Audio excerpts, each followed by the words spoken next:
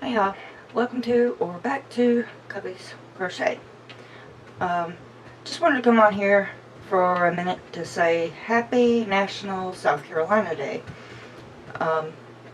What makes today National South Carolina Day? South Carolina became the 8th state to be authorized by the U.S. Constitution on August 31st, 1788. Yes, I'm looking over at my notes because I got some things written down that I don't want to get left out. But anyway, with that being said, facts about South Carolina. Number one, if you come here, you're going to hear a lot of people arguing over football. Football is a huge tradition in the South, and that's why I'm wearing, didn't want to put it out there too loud and proud, because, not because I'm not proud, but because I know it won't mirror, and my shirt is only 10,000 sizes too big for me. But anyway, the argument is over Clemson Tigers or USC Gamecocks. Obviously, Gamecock fan with my Gamecock coffee cup and my Gamecock shirt. One of them. My husband, he's a big Clemson fan. Why? I don't know. He used to be a Carolina fan, then he went turncoat, and anyway, we won't talk about that. Bless his heart. Bless your heart, that's another thing, and this wasn't even thought about until now. Bless your heart. You're going to hear that a lot in the South. All over, it doesn't matter what state, you're going to hear bless your heart. And a lot of people, they take it to mean, oh, you big duty head. It doesn't always mean that. If you know, you know. If you don't, they're probably calling you a duty head. But sometimes if a baby falls and skins their knee, oh, bless your heart, you're going to hear it. And it doesn't mean that anybody's calling your kid a big dumb duty head or anything like that. So if you know, you know. If you don't, if you just did something really crazy or said something crazy and somebody says bless your heart, yeah, they're calling you exactly what you think they're calling them. Anyway,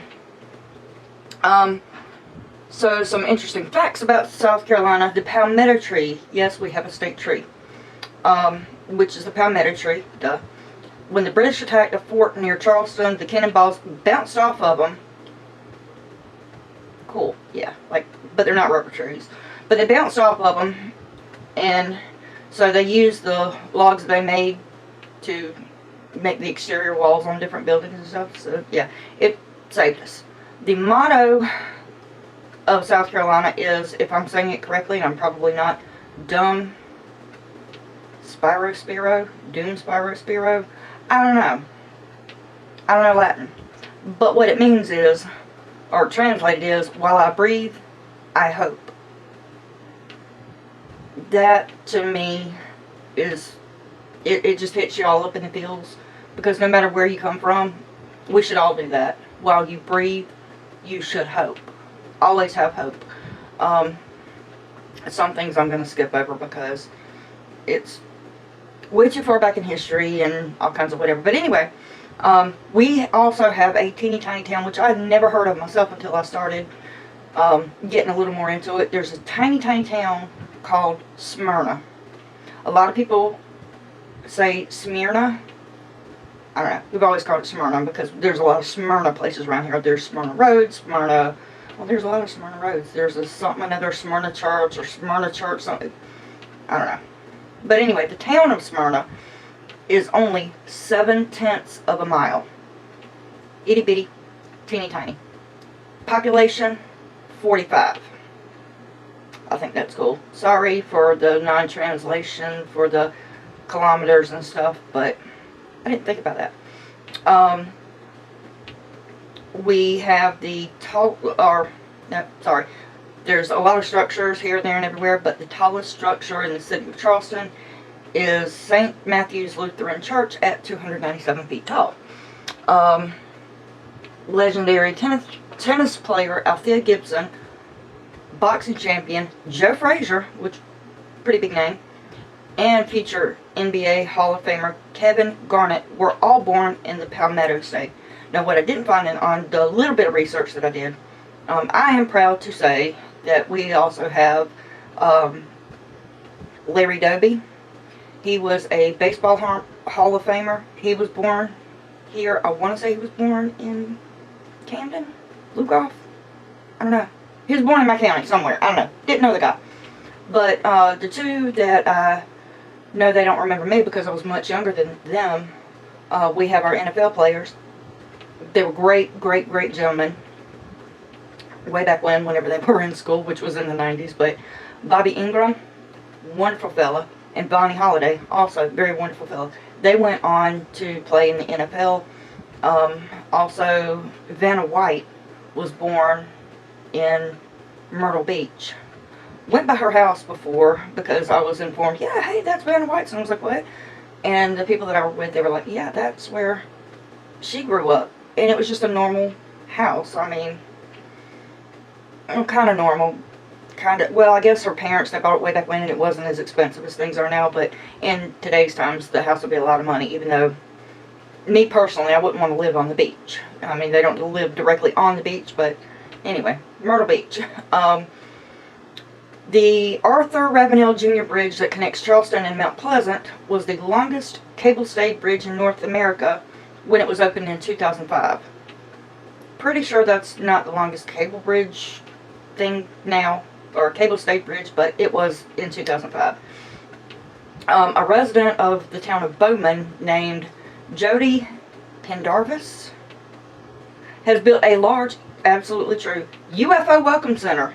Nevada, watch out. Nevada, however you say it, I don't know, that's a big debate. But anyway, the guy built it in his backyard in case any aliens decided to park their ships. Absolutely true. I don't know what year it was built and he did all this stuff, but I do remember in the 80s, whenever I was a little kid, there was this big thing about Lizard Man. Somebody claimed they saw Lizard Man. I think it was Bishopville, or as some people call it around here, Bishop Rural. Yeah. Because it's this teeny tiny itty bitty little nothing much of a town, and there's nothing there. They probably have a Dollar General. Yes, Dollar General. I know it's called Dollar General. Anyway, it's Dollar General. But they don't have any big anything, or last time I knew anything about it, there's just nothing there. So, moving along. I'm going to get to why I'm laughing in a minute. Delicacies of South Carolina. We've got, okay, 3 points. 1, shrimp and grits. Now, my husband, he is not from here. He's from way up in New England, in a teeny tiny itty bitty place called Rhode Island. Yeah, shrimp and grits. It is delicious. But the thing is, they don't have grits where he's from, I guess, whatever. He had never had them. And then he moves down here and he's like, what's a grit? I'm like, no. A grit is like a grain of salt. But it's a bowl of grits. It doesn't taste like salt. It's made from corn. But anyway, first time he had grits, couldn't stand it. Didn't like it. Nope. It's one of those, if you know, you know. If you're raised on it, you love it. Maybe. Most people that are raised on it, they love it. Like me, trying cream of wheat, tried that. Nope. No, spanky darling. Ain't no way. It ain't my thing. But shrimp and grits, loves it. There's a huge difference between grits and shrimp and grits. Granted, yes, it does still have grits in it, but grits, you can flavor it up with almost anything. You can put meats in there.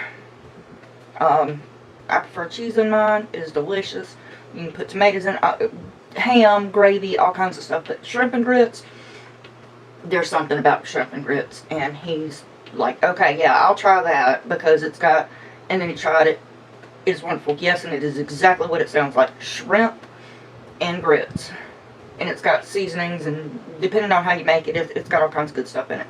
But it's delicious. Next, I'm not going to go into black-eyed rice, black-eyed peasant rice. What that is, I have no idea. I've never heard of it before. But I'm pretty sure that's probably something down, you know, like in Charleston, where you will find more shrimp and grits. Anywhere near the ocean, you're going to find shrimp and grits. You can find it inland also, but you're going to find a bunch more seafood places the closer you get to the coast. And last but not least, oh my goodness, Beaufort stew. There's a billion different names for it, but that's what we call it, is Beaufort stew. A lot of people call it Low Country Bowl, and I can't remember all the names, but it's got sausages in it, and all kinds of different sausages. You can use the mild, medium, hot, it doesn't matter. It's got red potatoes in it. You gotta have your shrimp in there. Some people put crawdads in it, or whatever you call them. Some people call them crayfish, crawfish. I grew up, they're crawdads. But it's all the same thing. Am I gonna eat that? No. I don't like the look of them. They look like some kind of weird alien spider thing. Granted, you know, shrimp does too, but, you know, I'm good with that. As long as they're peeled and all that good stuff. And anyway, all kinds of good stuff. Barbecue. You can't leave out the barbecue. And my husband, shockingly, him being from up north, he makes the best southern barbecue I had ever tasted. Only second to Buc-ee's. I didn't know that what Buc-ee's was. I know my friend, she had been there before. She's like, oh yeah, we got one here and it's big and it's the biggest gas station. And I'm like, what's so great about a gas station? Until I went there one time, and that was a short time ago. I don't know, a month or two ago. I fell in love. Oh my word. It's worth it.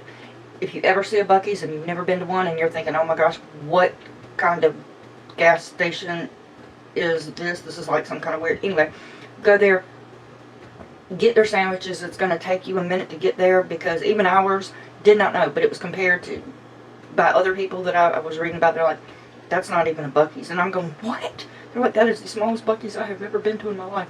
But anyway, it was in Florence, which is on the way to the beach. The place was huge, massive, but the food was out of this world. Anyway, we also have boiled peanuts. That's a big thing here in the South. I have been craving boiled peanuts lately, and it is delicious. It's a hot, and you got to know how to do it right. But you take peanuts, and you can't just boil them. Okay, you have to boil them slow cooking, hours and hours and hours, with plenty of salt. And I'm not going to give you my recipe, but yeah, because I do have a recipe. It's more than just salt, and I do it the quicker way anyway. But it's delicious. Macaroni and cheese, that's a big thing here too. I'll just leave it at that, because most people know you can cook macaroni and cheese 50 billion different ways, but there's only my favorite that I absolutely love. Now I'll eat other people's and stuff, but macaroni and cheese pie, oof, I'm not going to out anybody. But yeah, we got a recipe from a certain person. I love it. Anyway, mint julep is supposed to be the best-selling cocktail in the state. I don't know. Never had it.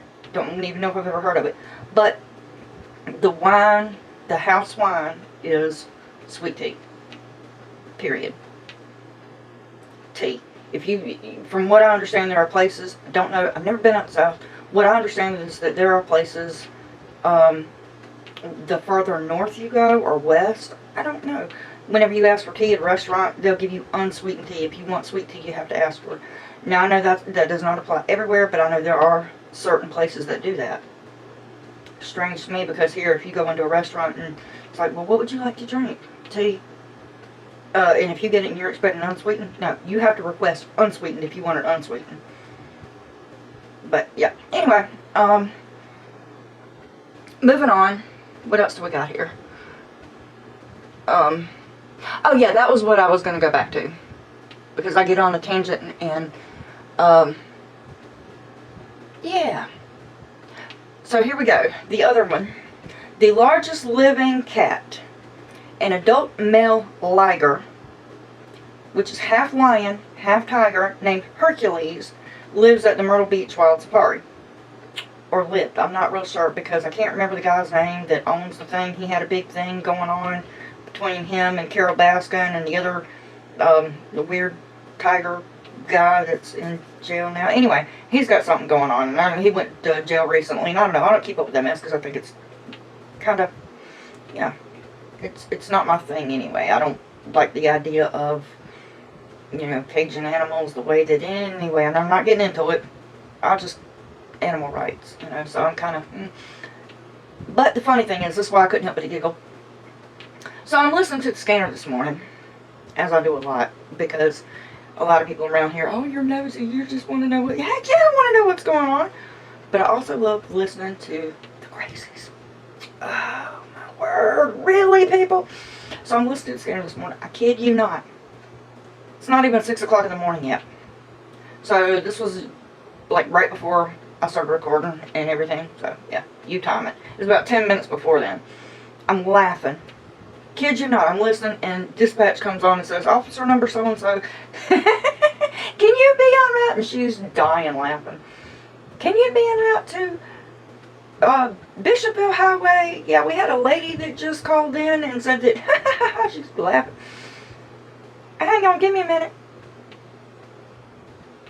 And she comes back, okay, can you be en route to Bishopville Highway, where a lady just called in and said that there are 2 lions.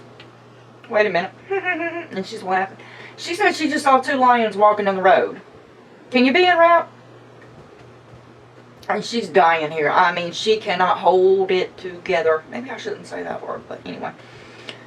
Oh my goodness. Hilarious. Hilarious. She barely was able to get it out. And then the officer comes back and he's laughing. He's hysterical. And he says, yeah, that sounds like it's going to be a job more for animal control. We don't do that sort of thing, but perhaps she should call animal control and maybe call Riverbank Zoo, so maybe they can, I don't know what to tell you, but we don't do that. Tell her to call animal control. Anyway, yeah. There's a lot that goes on in well, every neck of the woods, but yeah. Anyway, sorry, long-winded. Didn't mean to, but anyway. I am definitely going to change my clothes because it's this big huge t-shirt. I love my Carolina Gamecocks. They're awesome. But it's hot already. And it's going to be hot today. And it's going to be hot tomorrow and the next day and the next day. And which is why I'm like, what? It's already cool there. Because I've got some friends and they live up way further north than me. And they're going, yeah, it's getting chilly here. And I'm going, that's strange to me because here we don't have your normal 4 seasons. Like, you know, it's, you know, we're supposed to have a pretty cold winter this year. I don't know. We'll have to wait and see, but you never can tell here. September, we're blazing. August, June, July, August, September, yeah, we're going to be blazing up until maybe. It is possible that at the end of September we're going to start cooling off. It is possible that we might get down mid-70s. Maybe. A day or 2 here and there. Maybe. October, I don't know. We might have some cooler days, but October here, no. It's going to be, you may have cold days, but it's not going to be like winter where it is for most people. Winter, we can be, matter of fact, we've worn shorts before in December on Christmas Day. But usually, after that, you know, January, it gets cold. Not blistering cold. No, we get the blistering hot, but we don't get blistering cold. February, you're guaranteed we're going to have winter. March, it's going to be cool. April, give or take. You never know. South Carolina. And sometimes we do have all 4 seasons in the same day. But we're hot. It's just a hot state. Humidity, it's real. Sometimes walking out, can't breathe because the air, it feels like you're trying to breathe through a soaking wet rag. But anyway, sorry to be so long-winded, but hey, gotta celebrate South Carolina. I love, love, love my state. I was literally born here, raised here, and good Lord willing, and the creek don't rise, I'll die here. That's another thing, you know, you're gonna hear all these corny sayings in the South. And I had a thought, and it just went poof. And you're probably going, if you stuck with me this long, thankfully, it went poof. But anyway, oh, change clothes. Yeah, I gotta change clothes. That's what I was getting at, because this is way too hot. You know, it's a short sleeve, but here, no, this is a man shirt. And, yeah, I'm still wearing my pajama pants. Yes, I am gonna still wear jeans, because, I don't wear shorts. And hopefully if I'm able to do some things today outside, then you definitely want to wear pants, because mosquitoes, yes, and it goes along with your blood type too. Mosquitoes, depending on your blood type, they love you more than other people. I know that sounds crazy, it's true, but O blood type, especially O positive, they love you, and they're going to pick you up and carry you off to their dungeon where they will be little vampires and they will suck your blood, but you won't come back as a zombie. You'll just... Anyway. Sorry to be so long-winded. I'm ending this. Have a very wonderful, blessed morning, noon, or night. Whatever time it is in your neck of the woods whenever you watch this. And don't forget to like, subscribe, ring my bell, share me out. Do what you do. I'll appreciate it. Thank you for all your support.